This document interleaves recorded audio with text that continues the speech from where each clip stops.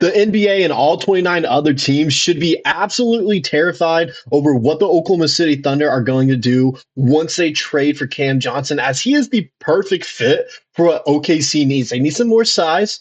They need some, more help rebounding. He's averaging around 4 or 5 a game right now, and they need a knockdown three-point shooter because they've been struggling shooting the three ball. And he is exactly all those type of players in one package right there. So the league should be terrified about a potential Cam Johnson trade to Oklahoma City, as I seriously don't think a single team can beat the Thunder in a 7-game series with Cam Johnson on that squad. And with the pieces that they can give up, they won't have to give away any major parts in a trade for Cam Johnson. I mean, especially this year, they could give away players that aren't even getting time or won't get time come playoffs to go get Cam Johnson, who would be a starting four for the Thunder, be one of the better players on the team, maybe like the third or fourth scoring option.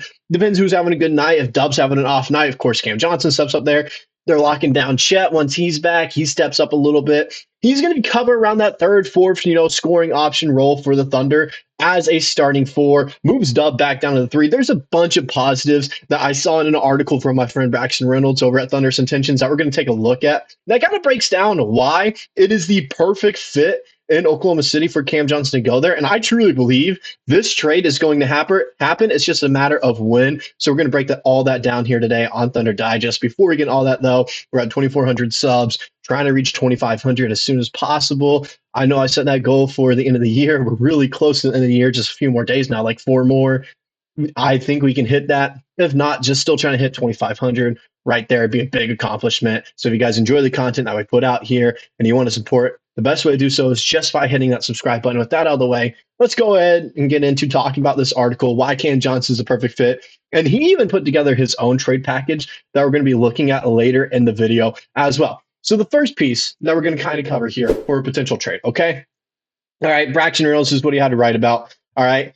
He started off by saying, talking about the defense, like, yeah, this is the best defense, and recognizing Cam Johnson isn't the best defensive player. So this is what he had to say, though. Their offense is theoretically capable of doing enough to win a title, but there are noticeable flaws worth addressing via trade. Adding elite outside shooting should be at the top of Sam Presti's to-do list. When excluding wide-open three-point attempts, the Thunder are currently knocking down just 33% of their triples. That's concerning because playoff defenses tend to take away wide-open looks. OKC lost to Dallas last postseason largely due to their inability to hit lightly contested threes. And that's all the truth, all right? That's something that we're recognizing right now at this moment. OKC is struggling shooting the three ball in general, not shooting it as highly, high percentage like we did last season. Taking more threes. We're still making the same amount, if I'm not mistaken. But it's the fact that we're taking more, but yet we're not hitting more is the problem. Adding Cam Johnson adds 3 to 4, three-pointers a game right there, let alone just with that one player. It's going to space open the floor as well. You're going to have people now start defending him more heavily, which is going to allow Shai to create more three-point opportunities, Dub to create more three-point opportunities, Chet to create more three-point opportunities, Dort, Cason Wallace, Alex Caruso, Isaiah Joe, even Jay will right there as well. They will all create more three-point opportunities because we're going to have a true three-point threat. Everyone's like, yeah, this guy, no matter what, he's going to hit the three ball tonight. Like, that's the one thing he will never miss on. So they're going to have to start guarding him more heavily. And it's going to open up the floor a lot more for OKC because now there is a reliable three-point shooter pretty much on the court at all times for Oklahoma City. That's the big reason that a trade for Cam Johnson would be great. And I recognize the defense, not great, okay? I recognize that. That is the biggest flaw of his game. Probably his only flaw is the defense. It's subpar at best. But with how good this defense is in Oklahoma City already, I don't care. I frankly do not care how bad his defense is. We already have a great defense, and in any trade, we're not giving up any of our top 5 defenders. So I'm not worried whatsoever. We have the best net rating with a very average offense at the moment. Okay? Very average offense, but yet one of the best net ratings in NBA history because of how good this defense is. So I'm not worried about getting, someone that can also play defense. I'm worried about getting another, threat offensively that could put our offense in the top 5 in the league. If we have a top 5 offense and defense, because right now we have the best defense by rating and, all these other stats, steals, blocks per games, going into all of that there. Best offense, or not best offense, best defense in the league. We're at like 10th or 11th offense-wise, in my eyes. I understand like rating-wise, we're at like 8th at the moment. In my eyes, I have us middle of the pack, 10 to 12, 10 to 13 range, somewhere in there, just because we're very streaky players.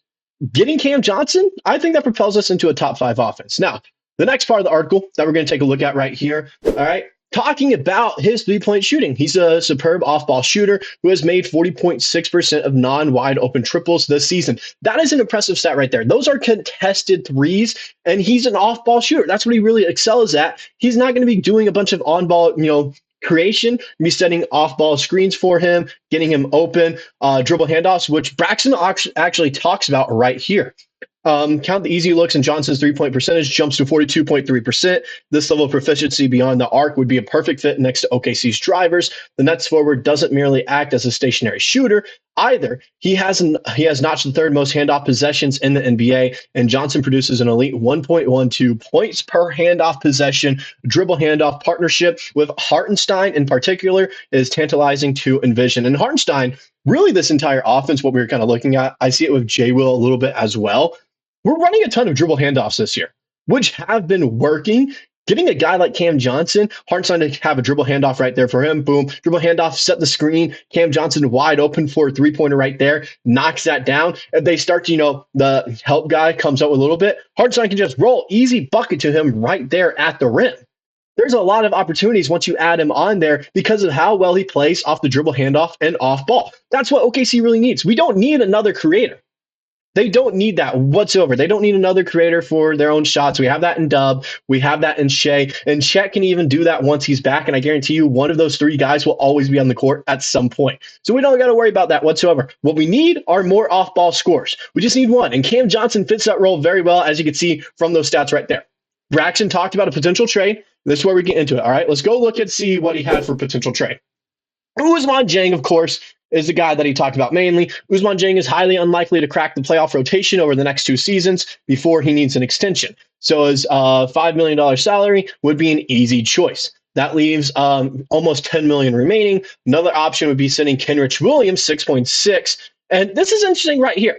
Nikola Topic, $4.9 million together. Topic is exactly the kind of asset that Brooklyn wants to snag, and he's not helping OKC's playoff run this season. A.J. Mitchell's unexpected emergence as a reliable bench ball handler may make Topic more expendable in Presti's eyes. So I kind of get that. All right, A.J. Mitchell has really exceeded expectations. I get that 100%. The thing with Topic is we haven't seen him yet, and it's a high reward, low risk situation because we took him 12th overall. We necessarily didn't have to, use that pick at all. We could have traded it away and replenished that draft pick, but we're like, look, this guy was a top 5 prospect. Even some people had him as the best prospect in the draft, and he's here at 12. We got to go and take him. Yes, we understand he has a torn ACL, but the upside is insane. He's super athletic. He has a better shot than, and I see the comparisons to Josh Giddey for Nikola Topic all the time, and I kind of get it. Okay, I get it. But he's more athletic than Giddey was at that age, and he has a better shot than Giddey did at that age. That's the thing. He has a ton of upside, but it's low risk, so I'd be fine before sending Topic off somewhere else if he doesn't pan out. I'd like to see him in a summer league, in a season as well, because, it is a lottery pick after all. That's what we do with Dieng. It's now been 3 years since we drafted Ousmane Dieng. He's not panning out. He's not doing what exactly we want him to do. I think he's going to be packaged in a trade somewhere.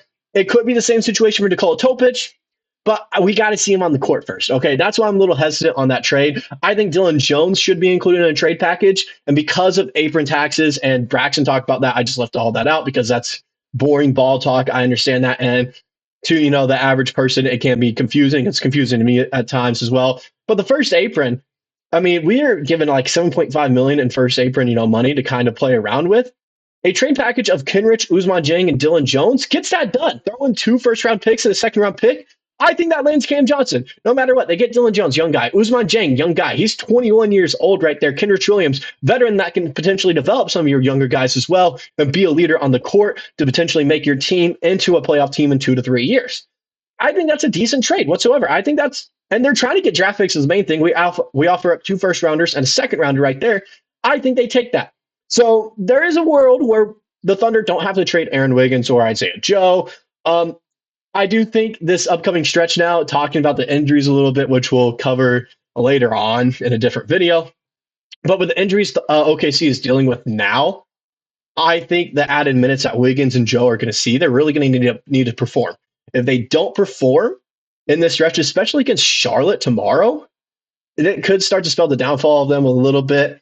But there is a world, there is a trade for Cam Johnson where you do not have to give up Wiggins or Joe. You really don't. And at the end of the day, if we have to give up Topic, I get it. And he talked about how he's not helping out with a playoff run at all at the moment. I completely get that. Okay. I understand that. That's why I'm kind of like on the fence. Like, yes, I could see us trading him away because he's not going to help us out right now at this moment. AJ Mitchell has been playing very well. All right. That he has been acting as his backup point guard. But if we do trade for Cam Johnson, Cason Wallace gets moved to the bench because Cam Johnson's a starter in my eyes.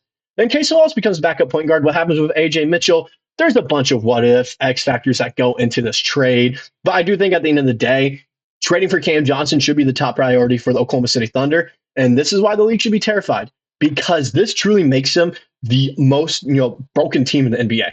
No one can stop them. They are unstoppable if they get Cam Johnson. I don't think it's a matter of if anymore. I think it's a matter of when that trade's going to go through. That's all I got for this video. Once again, as always with these Cam Johnson videos, let me know what you guys personally think about trade packages. Let me know what you guys think, because Wiggins has been a hot topic here on the channel lately. Does he get traded away? Does he not? I do think he's someone that could for sure get a deal done instead of like a, Kenrich or Ousmane Dieng, because he's already proven himself a little bit.